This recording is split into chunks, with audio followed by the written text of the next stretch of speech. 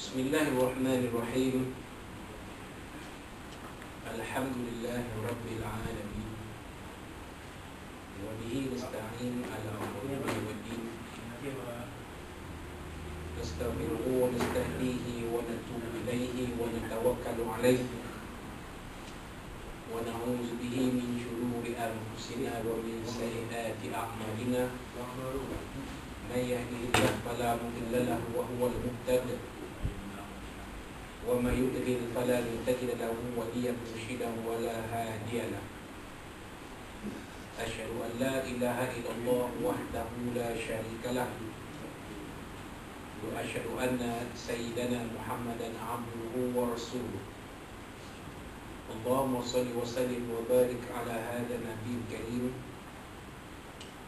سيدنا وحبيبنا وشفيعنا وزهرنا ومولانا محمد المصطفى وعلى آله وصحبه ومن دعا بدعوته وتمسك بسنته وجاهد في سبيل الله إلى يوم الدين.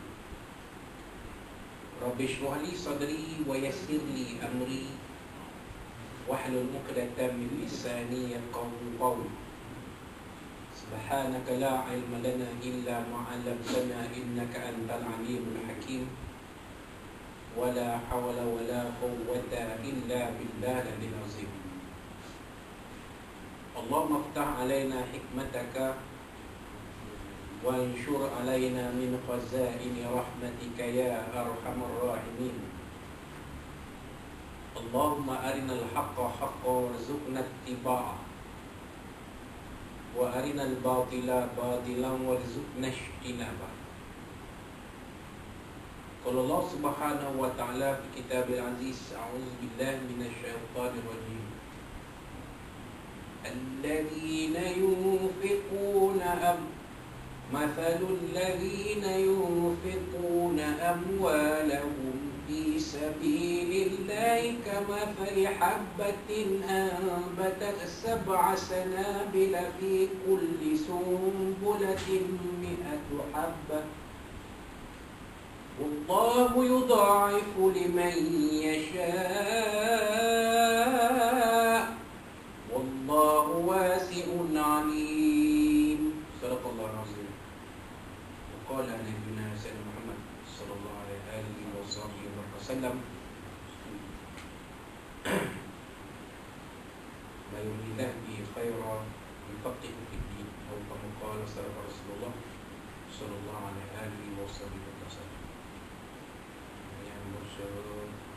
Yang berbahagia Tuan-Tuan Musi, Surah Darussalam, sahabat saya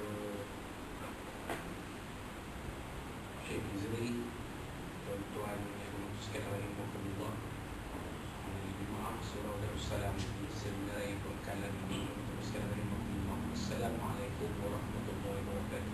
Waalaikumsalam. Amma ba'd. Bismillah, alhamdulillah.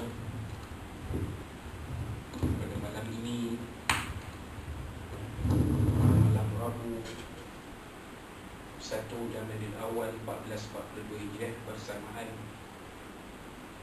15 Disember 2020. Marilah dalam kesempatan ini kita panjatkan sedikit puji dan syukur kepada Allah Subhanahu wa taala. Alhamdulillah, alhamdulillah yang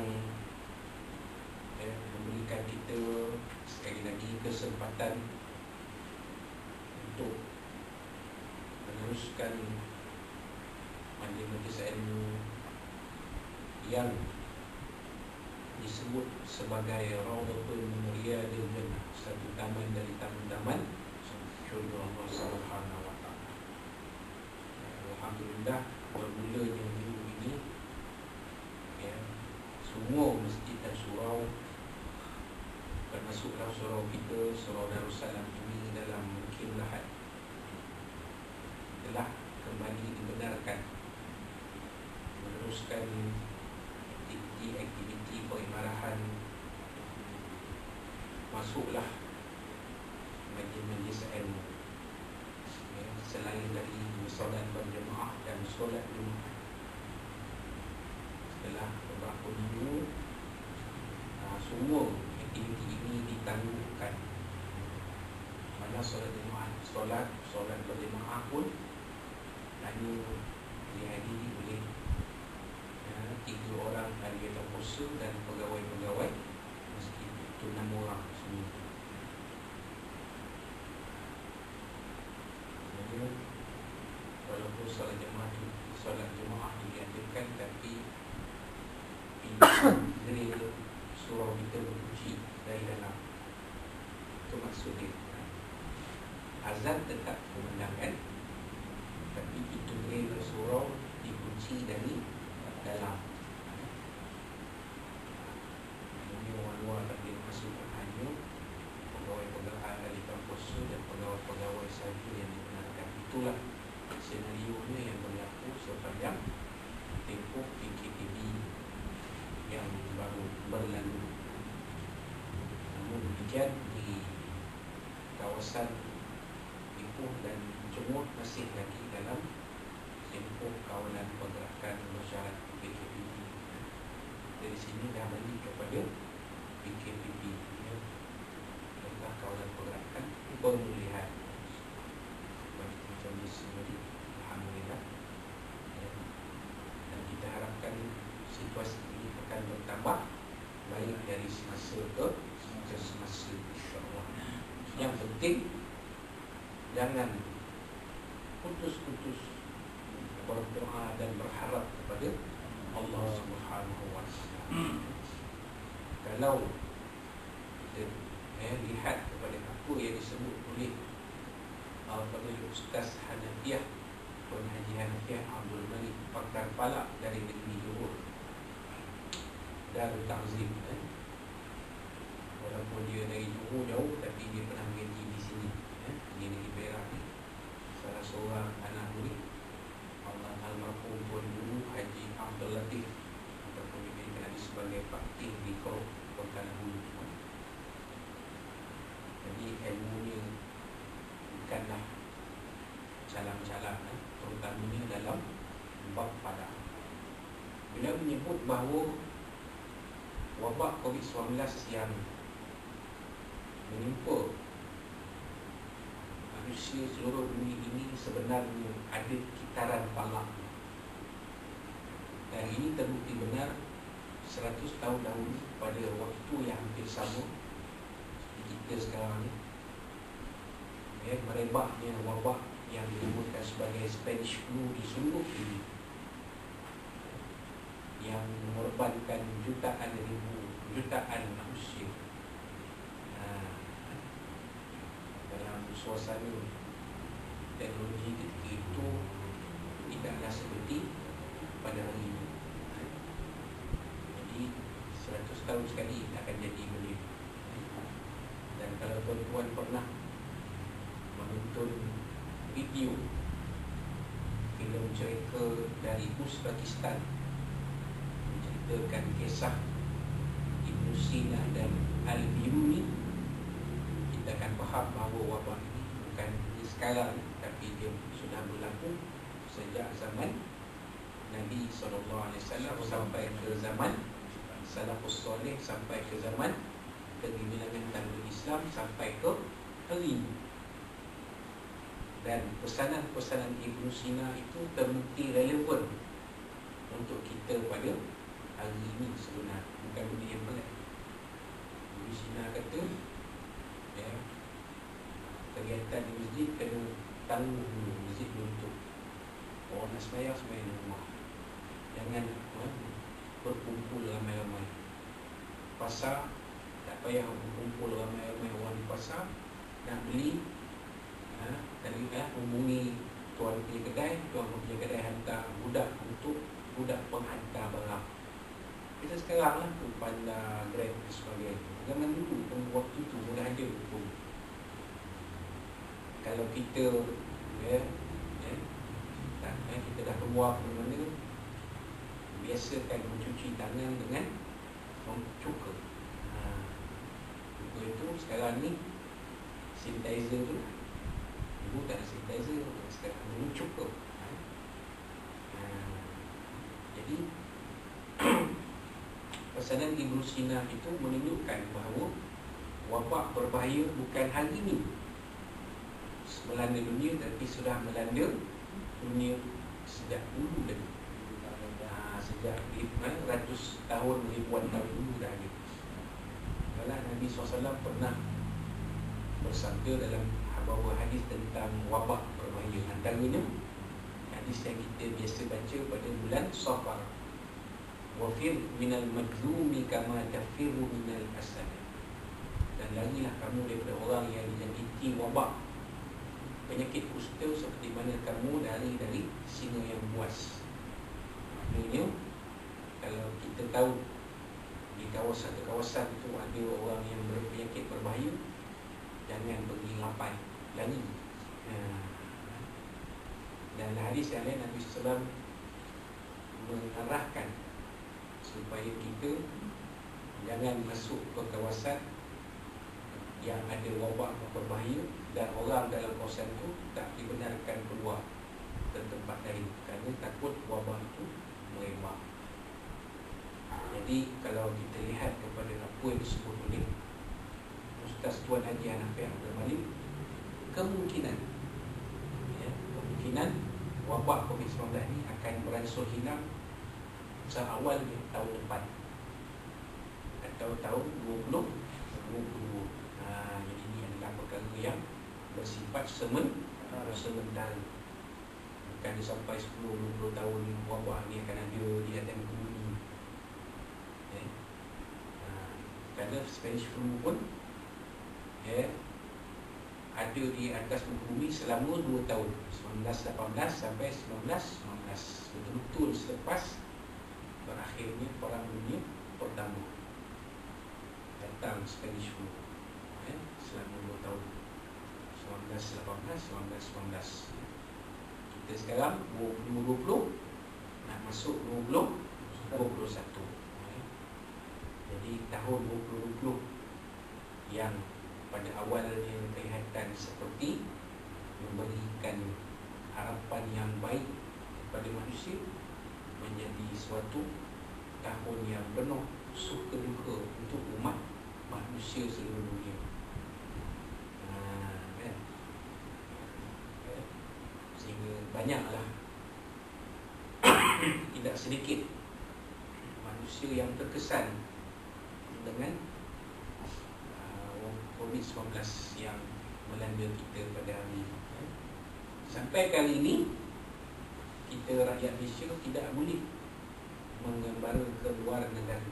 Baik, tak dibenarkan. Nak pergi betul pun tak boleh. Malaysia tak buka pintu sepadan. Kalau kita boleh tapi betul, bukan nak pergi mana pun pergi betul. Kita betul tu pergi sepadan. Orang Pengelau Hulu menjerit, orang betul dengar suara.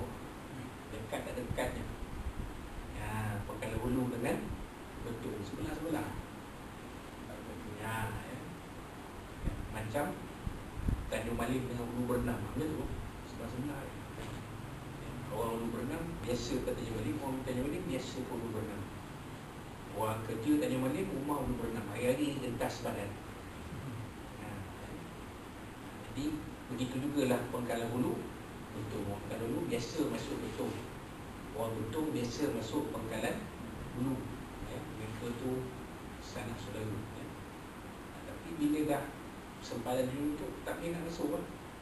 Orang Thailand nak masuk kita pun tak boleh. Sangat ketat. Kita nak pergi ke Thailand tak boleh. Jadi itulah keadaannya. Apa pun jangan putus-putus berharap dan berdoa dan berharap kepada Allah SWT. Kita usaha, kita dah usaha, dah buat semua SOP, kita dah ikut semua dah. Yang tak pernah pakai mask pun pakai mask. Kalau dulu orang yang pakai mask ni doktor jurawat di hospital. Sekarang ni budak-budak pun pakai mask. Semua orang pakai. Pergi ke supermarket pakai, pergi restoran pakai, pergi bank pakai, pergi tempat awam pakai. Tak pakai dalam rumah.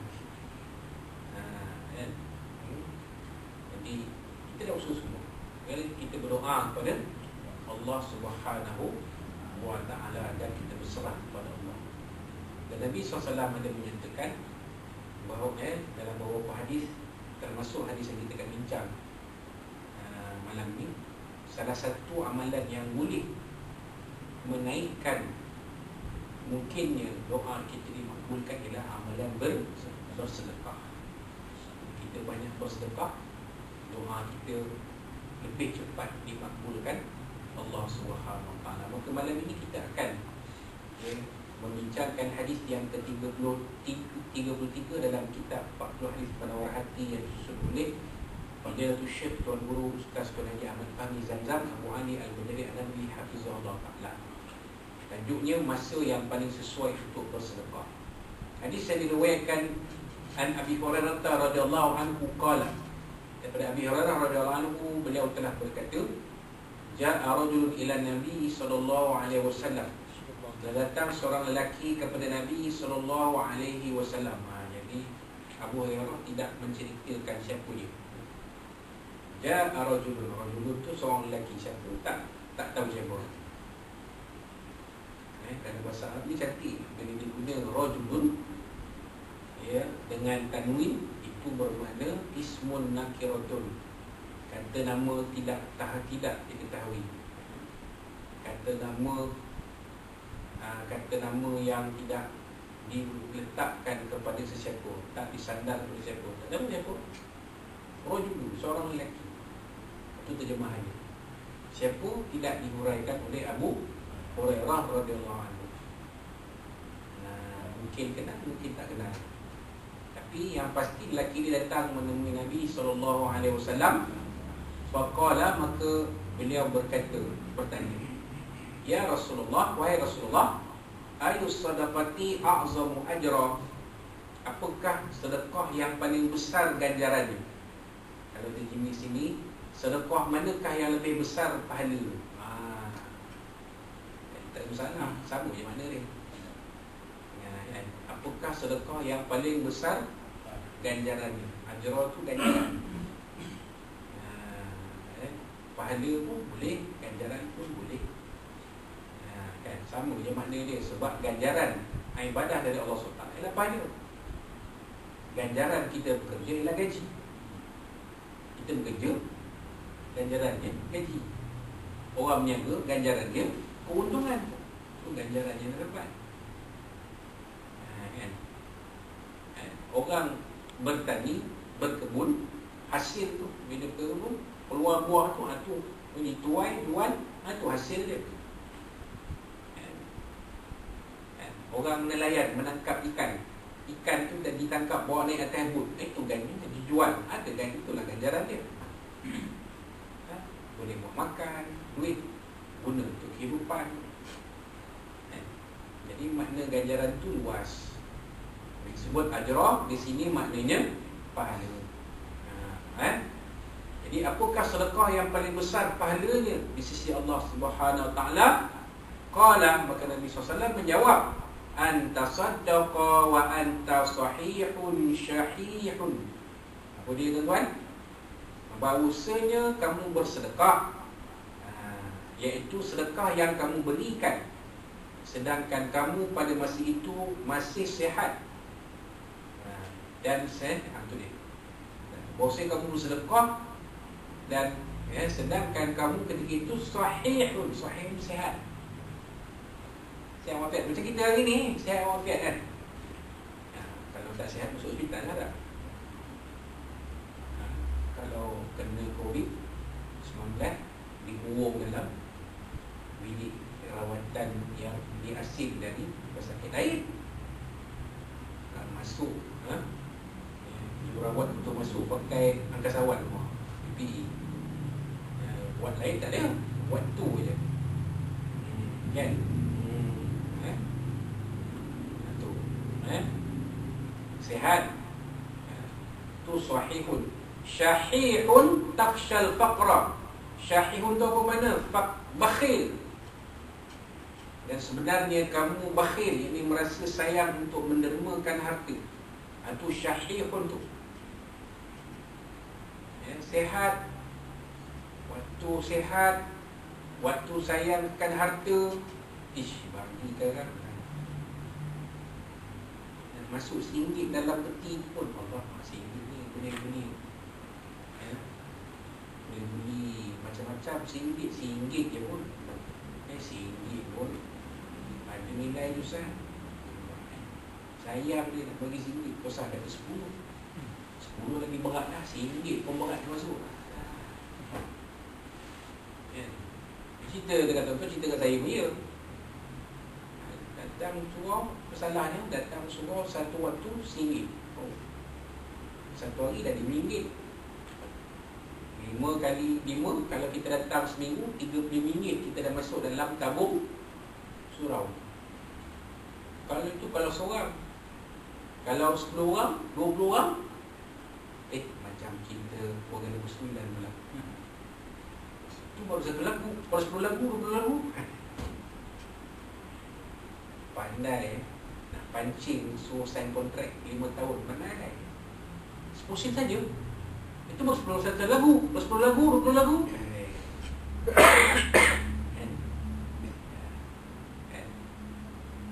Kalau seorang seminggu RM30. Kalau seorang, kalau 10 orang, 20 orang, 30 orang, berapa banyak surau boleh collect seminggu? Cuba kita kempen sikit. Kempen derma RM1 untuk surau hari Jumaat.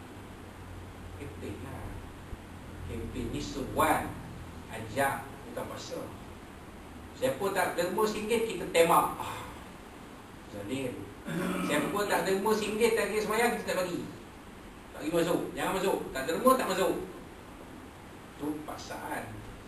Kempen bukan paksaan. Kempen kita ajak orang. Kalau kita kempen, ramai yang akan terbuka hati. Sama macam orang yang buat kempen derma untuk mak tafiz, pusat pengajian agama, kan? Dia masuk dalam YouTube, masuk dalam media sosial, dalam Facebook dan selain. Kan? Takkan tak ada orang derma, mesti ada. Cuba kalau dia tak kempen, dia tak buat seruan, siapa nak derma? Orang tak tahu. Tapi kalau kita kempen, orang akan tahu. Jadi seminggu sekali buka peti tengok. Kalau masih kurang, kempen lagi. InsyaAllah. Kata jemaah kita ada 20 orang. 20 orang, kalau kali RM30 dah berapa? RM700 seminggu. Kali dengan 4 minggu, hampir 3,000. Sebulan kita collect, kita dapat kumpulkan. Kan? Tapi itulah dia. Nabi kata syahihun, sebaik-baik sedekah waktu sihat, waktu sayang nak derma. Sayang nak derma RM1. Allah, masa RM1 pun berat. Siapa dan duit ni RM1 pun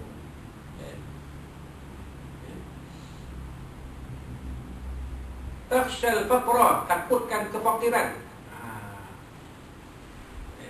Orang bakhil ni satu ciri dia takut miskin. Takhshal faqra. Nabi sebut syahihun itu satu cirinya takhshal faqra, takut fakir. Dia takut nak derma, nak RM1 berapa. Takut miskin dengan RM1 tu kerap jatuh apa dia. Tak jatuh apa. Ada ke orang derma RM1 jatuh apa?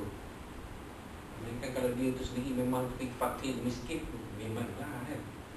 Kalau orang yang berduit, dia bagi RM1, tak jadi apa dia. Tak jatuh bankrupt pun bagi RM1. Tapi orang yang bakhil itu ciri dia. Tengok haji bakhil tuan-tuan. Nak bagi sekolah anak yatim kena pancing dengan cikgu murni RM50,000. Cikgu Sudar datang, cikgu Bahung datang, RM1 bagi. Pasal apa? Budak-budak berapa simpan duit banyak. Tak guna tuan haji bakhil, tak hidup mesin, tak hidup masin. Apa kaitan haji bakhil dengan tak hidup mesin? Saya pun tak tahu. Apa tak hidup dia tak mesin? Itu pun pening tengok. Tapi kalau orang nak muntuk, itulah model. Kan? Celaka menjadi bakhil, tak hidup mesin. Tapi tak hidup cikgu Sudar, cikgu Mahmud tak mesin. Murni tak percaya. Saya tak percaya. Saya tak percaya Tuan Haji kan, Haji Bakil itu. Memang nama pun Haji Bakil. Pergi 1,000 lagi. 1,000 tahun 1962, 1963, bukan 1,020. 1,020 tak ada benda. Tuan Murni Cina 1,000 tu nak kahwin pun tak cukup. Ni 1,000 tahun 1963. Banyak tu 1,000 tu. Lebih kurang mungkin macam 1,000 sekarang pun. Macam mana berusaha tak puji Cikgu Murni? Tapi tu dia perangai dia bakhil. Dia takut RM1 tu, takutkan bakhil. Wang RM1 tu celah poket, celah dompet, duit dia je RM1 tu.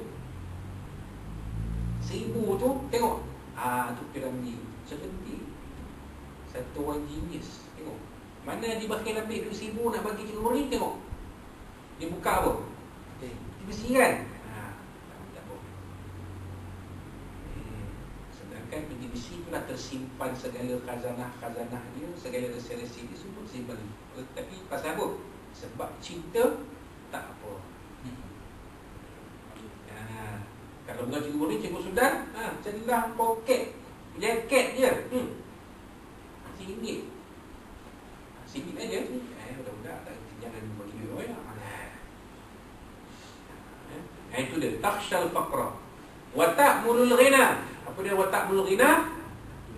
Berangan-angan menjadi kaya. Ini ciri orang bakhil.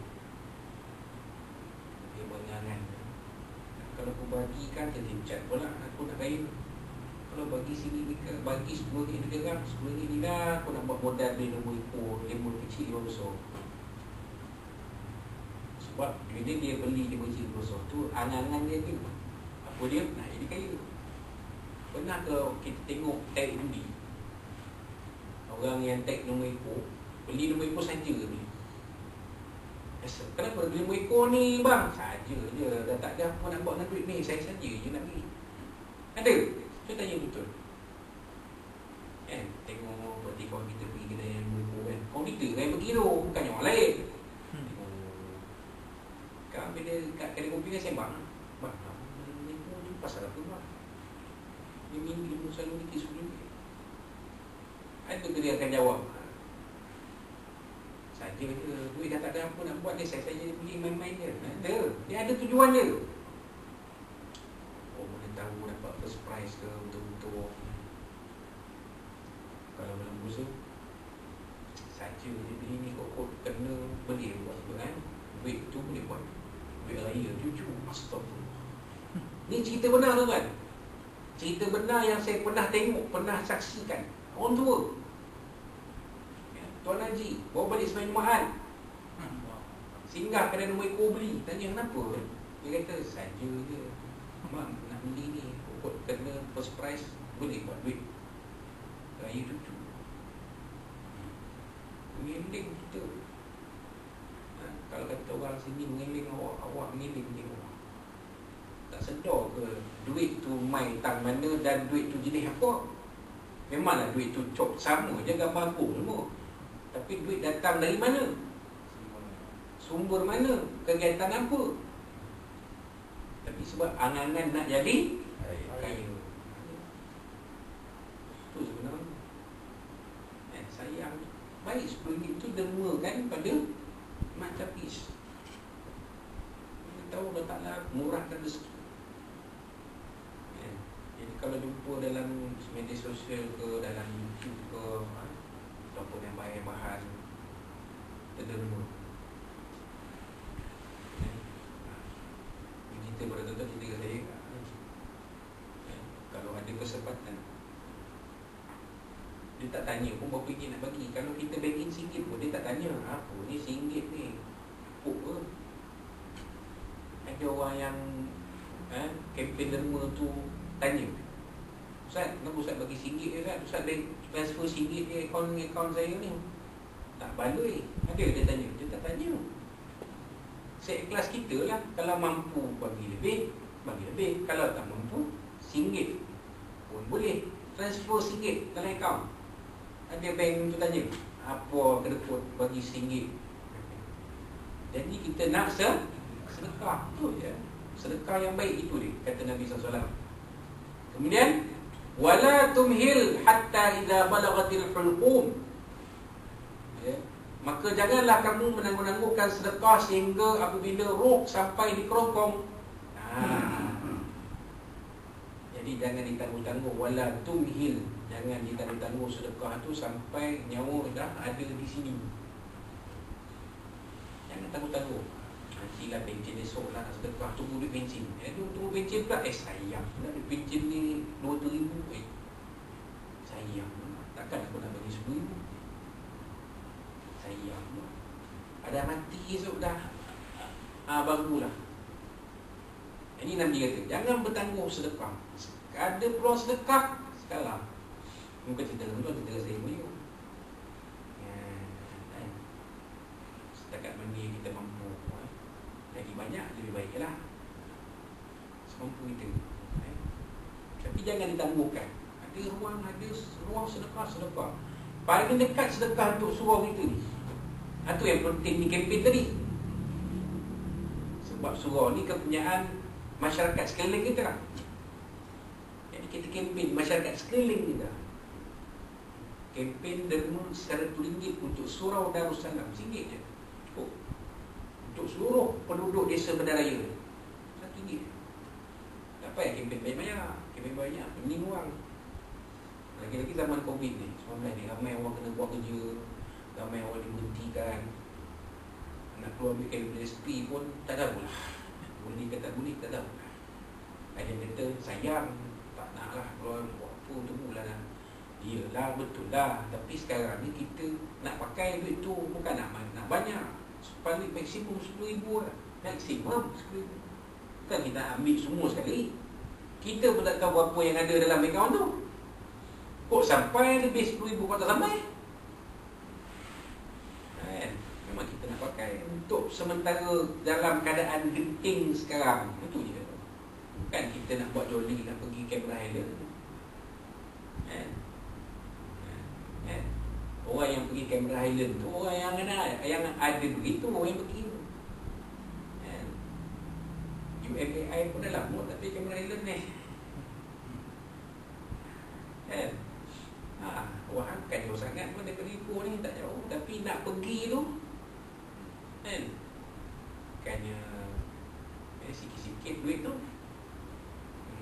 Jadi ramai orang yang memerlukan duit sekarang. Jadi kita kempen RM1 satu suntuk, satu isi rumah di desa Bandaraya RM1 sahaja. Kempen untuk surau. InsyaAllah ada orang akan respon. RM1 je. RM1 pun tak ada. Tapi inilah Nabi kata tadi, jangan ditangguhkan. Sedekah paling baik waktu kita sihat, waktu kita ada duit, ya, waktu kita sayang kat duit, waktu tu lah kita sedekah. Jangan tunggu sampai nyawa dah berada di halqum, di kerongkong. Qulta li fulanin kaza wa fulanin kaza wa qad kana li fulan. Kamu berkata kepada si fulan, ya, untuk si fulan sekian, untuk si fulan sekian. Padahal sebenarnya harta kamu itu memang akan dimiliki, diwarisi oleh orang lain. Itu maksudnya. Tak payah tu. Bila nak mati tu, sekarang ni nak bagi. Itu kepada tuan-tuan yang tidak ada anak lelaki. Saya mengesyorkan harta-harta kita dihibahkan kepada anak-anak perempuan kita pada waktu kita sihat sekarang. Pasal tu kalau dah meninggal kita esok, setengah je harta pusaka tu akan sampai pada anak perempuan ni. Ya, setengah je, takkan jadi semua. Ya, kita meninggal, isteri kita esok dapat dia bahagian dia akan dapat. Satu perempuan tu dia akan dapat. Anak-anak itu, kalau tak ada anak lelaki, anak perempuan saja, dia dapat setengah dia. Lagi setengah, wakil katalah tak salah saya isteri 1/6 lah. 1/6 ke 1/8, saya tengok. Saya tak pakar sangat harta pusaka ni. Tapi selepas kali pun ada ustaz yang pakar harta pusaka. Cuba tanya dengan Masjid Jami' As-Sabirin Bandar Barulah. Ada seorang ustaz yang pakar harta pusaka mengajar di sana. Kok boleh mengajar sini buat harta pusaka, buat farad kan? Okey, isteri dah tolak dah. Baki tu, baki yang lebih, kata dah 1/6, 5/6 tu adalah yang tinggal tu. Kalau ada anak lelaki, semua dapat. 5/6 tu anak lelaki, anak perempuan, dia cover semua. Kalau anak lelaki saja pun dia cover semua. Kalau anak lelaki campur anak perempuan, dia cover semua. Cuma bila ada anak lelaki, anak perempuan, mislu apa? Hazil unsayain.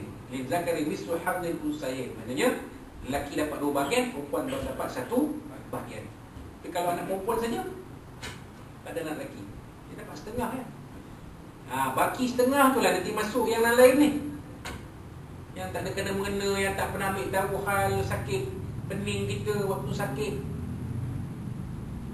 Dia masuk ni celah, nakkan hak dia, kata dia. Orang masa kita hidup, masa arwah kita, katalah kita ni, masa kita hidup ni, jenguk pun tak, raya pun tak, berhubung pun tak, kenduri pun tak jumpa. Bila kita mati, harta kita dia nak.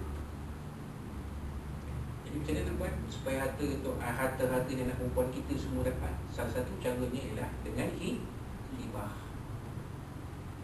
Hibah tu sedekah sebenarnya. Harta tu kita beri pada anak perempuan kita, siap-siap lah. Ni abah dah tukar nama kepada kamu semua, harta ni kamu semua punya. Anak perempuan saja kan. Kalau anak lelaki tak ada masalah, anak lelaki dia akan kabur. Kalau ada anak lelaki, dia akan kabur, tak ada masalah. Orang lain tak boleh nak masuk campur dah. Ni kalau tak ada anak lelaki, anak perempuan saja. Jaga. Jadi kalau ada harta-harta yang kita dah hibah siap, tukar nama siap pada anak perempuan ni. Tapi saya ambil lah, saya anak perempuan, ada anak lelaki semua, tak ada masalah. Tapi kalau kita ni ada anak perempuan sahaja, ini bukan kerja kita. Ini kerja Allah Ta'ala. Allah Ta'ala nak bagi rezeki anak perempuan je semua. Anak ada berapa? 5. Berapa lelaki perempuan semua 5.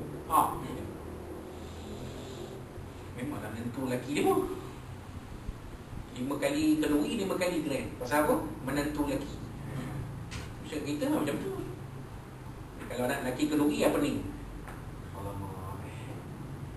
Jadi bila buat sebagai lelaki tu besi-besi je. Belah perempuan, belah menantu itu, tengoklah biasa kita buat. Keren gila. Cerita nak kahwin ni, cerita mati esok tak ingat tu. Jadi itu dia sedekah tadi. Jangan tunggu. Esok kalau dapur tu, ni dia. Ia akan jadi masalah. Jangan bertanggung untuk bersedekah dan berhibah. Baik, keterangan kita urai sikit. Menerang bermekah harta adalah suatu perkara yang sangat susah bagi seseorang, melainkan dalam bentuk kewajipan seperti zakat atau dalam bentuk kesedaran yang mendalam sehingga penderma merasakan harta yang didermakan itu adalah sebagai simpanannya yang kekal yang akan diberikan ganjaran yang berlipat ganda pada hari kiamat nanti. Banyak orang kaya tetapi ia tidak mahu menderma. Dia takut menjadi fakir dan selalu berusaha menambahkan lagi kekayaannya yang sudah ada. Maka ketika hati sangat terpaut dengan harta dan sangat mencintainya, maka pada ketika itulah masa yang paling baik untuk dia berderma, kerana dia telah mampu berhadapan dengan godaan syaitan dan hawa nafsu yang selalu menakutkannya dari terjerumus ke jurang kefakiran. Maka siapa yang mampu melawan hawa nafsunya pada saat itu, berarti ia telah meraih kejayaan yang sangat besar. Betul apa yang Tuan Guru dia sebut. Betul ni, betul. Memang tak dinafikan ramai orang kaya yang kedekut. Kalau tak, takkan ada watak haji bakhil.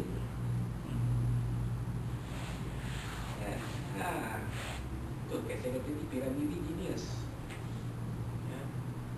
Takkan ada 2 piramidi. Piramidi ni seorang genius. Dia nak gambar tu dalam gelap-gelap tu. Siapa orang kaya, orang berharta, hartawan kalau tengok cerita labu-labi dia pun, dia akan tengok, kena aku. perempuan pancing. Kalau perempuan tak pancing, tak dapat. Jadi kalau tuan-tuan akan derma, nak minta derma daripada hartawan ni pun ni jangan hantar orang lelaki, hantarlah ustaz-ustaz muda kafar tu pergi minta derma, dapat lebih sikit. Sebab itulah ditunjukkan, kan? Dan ditunjukkan memang dia, kan? Tapi jangan hantar yang dah kahwin anak 3 tu hantar yang kajian ke ustaz kafar yang kajian tu hantar habis, dapat lebih. Untung dapat RM5,000, RM10,000, RM50,000.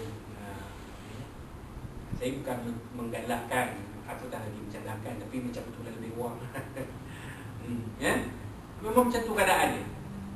Maka sedekah yang paling baik, kata penyusun kitab ini tadi, itu dia. Waktu kita tengah berduit tu, tengah sayang duit tu, itulah sedekah yang paling baik. Sebab itulah Allah SWT menerima korban Habil dan menolak korban Qabil. Apa sebab? Pernah baca kitab Kisah Anbiya? Apa kisah korban Habil dan Qabil? Kenapa Allah Ta'ala terima korban Habil? Sebab Habil mengorbankan kambing dia yang dia paling sayang. Kalau ikutkan, kalau kita kan nak korbankan, menangis kita kan. Kalau ikut kisah dia, Habil menangis, nak letak kambing yang dia paling sayang, letak untuk diambil oleh Allah Ta'ala dengan satu percikan kilat. Kalau ikut kisah dia, menangis Habil. Sebab kambing inilah kambing yang dia paling sayang. Kambing ni lah cium dia, dia cium kambing tu cium dia. Macam jadi anak beranak lah kambing tu ni. Tapi Qabil, kenapa korban Qabil ditolak Allah SWT? Pasal apa? Qabil ni penanam sayur kan, pekebun kan. Habil penternak kambing. Dia letak sayur yang kalau bagi lembu untuk buat makan lembu pun, lembu tak nak sayur tu. Memang dah out. Kenapa? Kerana tiadanya keikhlasan dalam diri Qabil tadi. Habil tu sebab dia ikhlas. Sedekah yang ikhlas ialah sedekah yang dia beri benda yang dia paling sayang, benda yang paling baik. Kalau nak tengok orang ikhlas tak ikhlas, sederma bersuara, tengok apa benda yang dia bagi. Kalau dia bagi benda yang baru, kipas elok kan, almari elok kan, apa lagi, set apa benda yang semua ni, apa aircon pun semua elok kan, kualiti baik kan, tu dia sedekah ikhlas. Kalau dia bagi je, ni tengok ni macam daripada kedai reject shop je, nampak benar tak ikhlas. Untuk rumah dia tahu lawa-lawa, untuk mesti semua dia tahu yang reject ni, nampak benar tak ikhlas dia bersedekah kan. Lainlah halnya dengan seorang yang berada dalam keadaan sakit yang sudah tenan, nyawa pun sudah dirasakan tidak lama lagi akan terpisah dari badan. Tanda-tanda kematian dari masa ke semasa semakin dirasakan. Ketika itu putuslah harapan dari memiliki atau menguasai harta dia. Maka dengan mudahlah dia berkata, harta ini untuk si fulan, harta itu untuk si fulan. Padahal masa sudah terlambat dan wasiat yang boleh diluluskan oleh syarak pada masa itu tidak boleh melebihi sepertiga daripada harta yang ditinggalkan. Nampak? Di sini dalam ayat ini ada menyentuh soal hukum fiqh. Kalau hibah tak perlu 1/3. Macam kita, kalau kita ada angkat, kalau kita dah hibah siap, bagi banyak mana pun tak apa. Tapi kalau kita wasiat pada anak kat kita, bila wasiat tu dia baca, apa kata program syar'i, dia kata 1/3 saja. 2/3 kena bagi ikut faraid. Kalau kita hibah semua siap, tak ada apa. Tu kita peringatan yang saya sebut tadi, ada kebenaran dia. Kalau kita tak ada anak lelaki lah, ada anak lelaki tak apa, tak ada anak lelaki tu beri pesan kepada kawan-kawan saudara kita, kawan-kawan kita, sahabat-sahabat kita yang berkeluarga yang tiada anak lelaki, buat persediaan sekarang. Jangan tunggu dah sakit tenat baru nak buat persiapan. Itu dia. Baik. Sekarang ni. Syukurlah kalau ahli waris yang mewarisi harta itu mengerti untuk membuat sedekah jariah sebagai kiriman yang dihantar ke dalam kubur dari masa ke semasa. Kalau mereka tidak berbuat demikian, harta ditinggalkan hanya disisirkan atau digunakan untuk membuat kemaksiatan. Nampak? Jadi bila meninggal, seseorang meninggal, selesaikan dulu apa-apa yang berkaitan. Jangan dibagi rata dulu.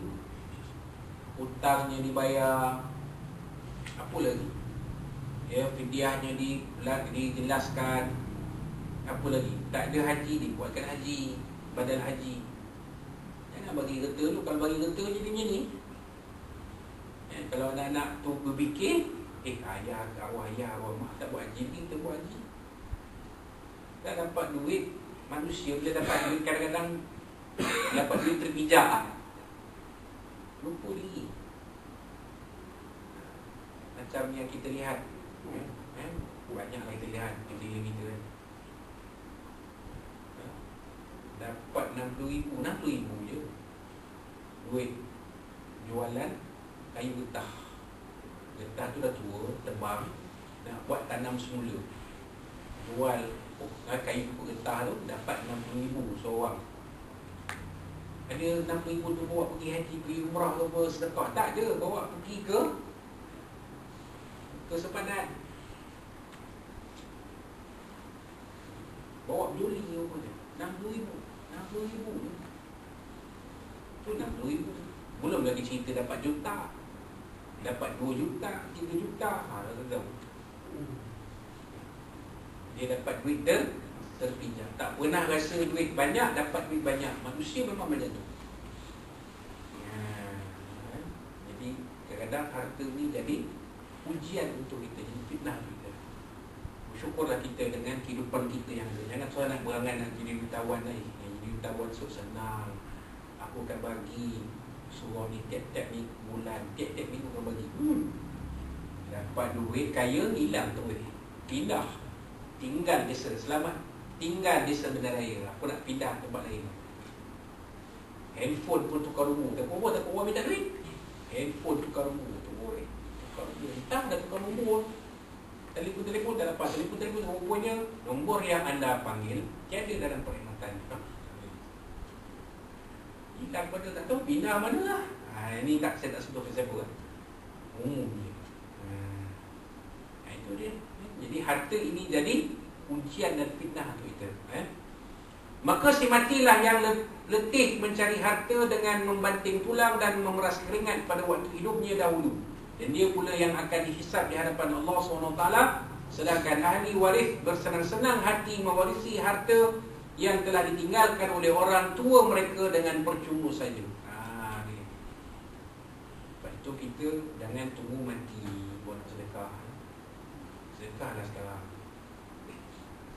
Yang paling baik, macam yang dibuat oleh almarhum Profesor Datuk Dr. Tunku Aziz. Baru ingat yang tadi. Al-Fatihah.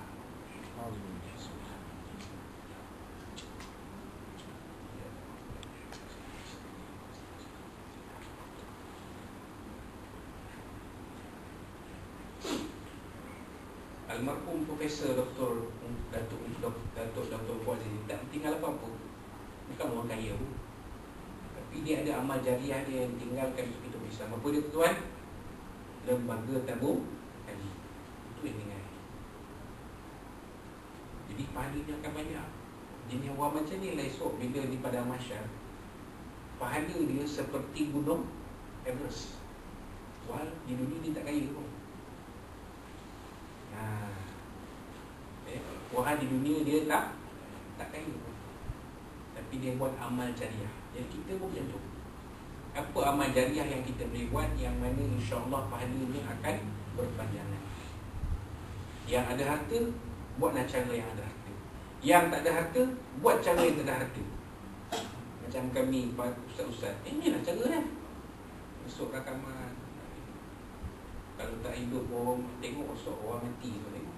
Kita dah mati seorang tengok. Saya baru jumpa satu lagu yang dinyanyikan oleh seorang penyanyi wanita Jepun. Dah mati lah. Dia dah mati lama dah 16 tahun mati, meninggal kerana kanser. Masa dia jadi penyanyi, bukanlah penyanyi yang top pun, tak top, biasa-biasa, lebih kurang macam biasa-biasa je lah. Bukan, kalau masuk gegar Baganza pun belum tentu dapat nombor 1 lah. Lagu hit dia tu, kalau cari dalam YouTube Stay With Me tu, katanya dalam Spotify sekarang ranking nombor 1. Nampak tak apa saya nak cakap, nak sampaikan. Maksud dia, kadang-kadang masa hidup orang macam piramid lah. Masa dia nak meninggal tu, ramai orang yang melupakan dia. Orang tak peduli pun dia. Tapi bila dah meninggal, dah 47 tahun meninggal, filem-filem dia orang tengok sampai hari ni. Daripada atuk sampai bapa, daripada atuk, opa, mak, ayah, anak, cucu, cicit, semua tengok cerita piramid. Wah, dalam YouTube wadah, tapi sanggup temu depan TV tu. Walaupun ada yang kata, bertembung ni kamu pisang. Tak ada, percayalah. Kamu pisang mana, apa mana. Buka cerita piramid juga tengok. Cerita tu ada mula-mula kali dah. Doremi lah, labu-labi lah, musam janggut lah, apa lah. Kalau benda tu dikatakan sebagai ibadah, agak-agak berapa banyak pahala piramid dia dapat. Macam yang kita sebut tadi lah, pahala ni boleh jadi setinggi gunung Everest. Macam tu tadi, macam penyanyi Jepun tadi kan, juta orang dengar lagu dia 16 tahun selepas dia mati. Wahal masih hidup, biasa je, tak ada apa, bukan legenda pun. Tu yang saya nak ceritakan tadi. Maknanya amal jariah tu kita buat sekarang. Mungkin hasilnya tak dapat hari ni, tapi kita akan dapat nanti di padang mahsyar pada hari kiamat. Itu yang kita buat. Tak apa, hari ni berapa kerat je tengok ni. Tak sampai 10 orang. Saya tengok dalam YouTube channel saya, tengok tak sampai 10 orang. Tapi saya tak kisah, tak apa. Tak hidup mungkin masih hidup, tak, orang tak tengok, orang tak kenal, dah mati, so mungkin orang kenal. Malam so harap kita berniat benda ni kerana Allah. Kita nakkan amal, pahala amal jadi itu saja. Kita bukan nak claim mengatakan kadang-kadang jadi selebriti pun tak. Buat apa, jadi selebriti pun jadi fitnah nanti. Tengoklah apa yang berlaku baru ni kan. Saya tak kisah, bagus juga saya jadi begini. Kalau saya jadi handsome macam Sepolan tu, tak tahu, jadi ujian pula kan. Wallahualam. Itu dia, apa yang dikatakan Nabi SAW tentang sebaik-baik sedekah dan waktu yang paling baik untuk bersedekah. Itu dia, insyaAllah. Jadi pada kuliah kita nanti kita akan sambung pada hadis yang ke-34, bila umur sudah mencapai 60 tahun. Kita berumur, insyaAllah pada kuliah kita pertama tahun 2021, lupa tahun depan. Macam lama itu depan tu, saya tak lama dah pun, 2 minggu lebih. InsyaAllah kita akan jumpa pada 19 Januari 2021. 19 Januari 2021. InsyaAllah kita akan jumpa dan membacakan hadis yang ke-34. Tajuknya ialah bila umur mencapai 60 tahun. InsyaAllah Allah SWT akan bertemu pada waktu yang disebutkan tadi.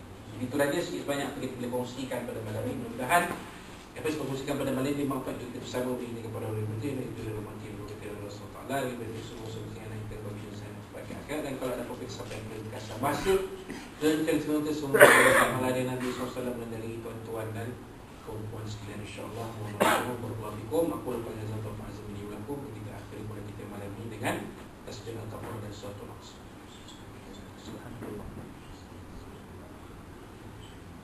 billahi minasyaitonir rajim. Bismillahirrahmanirrahim. Alhamdulillahirabbil alamin wa bihi nasta'in wassalatu wassalamu ala asyrofil mursalin Allah jalla wa ala wa alaina wa nazika min syururi Allah mabadi syarra wa maftarif wa musyadika wa azza wa jalla ya qahhar ya jabbar taqim ya Allah ya Allah ya Allah Allah bizil kitab wa bil sahab wal ma'azab hizm mustalih wa min sasarhamur rahmin Rabbana zina imma zina famaya akbar wa malitina ya sa'at wa tasal Rabbana alika tawakkalna wa ilayka lakal muslim Allah marfa'ana al-balagh wal wabaa wal niqab min sasami rahmar rahimin husna wa bil zakurna wal bihab wal fitan ma zulmin wa ma batan ya rabbal alamin Rabbana taqabbal du'ana wa sallallahu wa liqana wa a'malana fi hadhihi al-ayati al-mubarakah bi syahri jamil al-awwal al-barakah kasmi alim wa tub ilana ya maulana taqabbal fi asma'i wa sallallahu alhamdulillah rabbil alamin taqabbalallahu minkum minna wa minkum taqabbal karim wa billahi taufiq assalamu alaikum warahmatullahi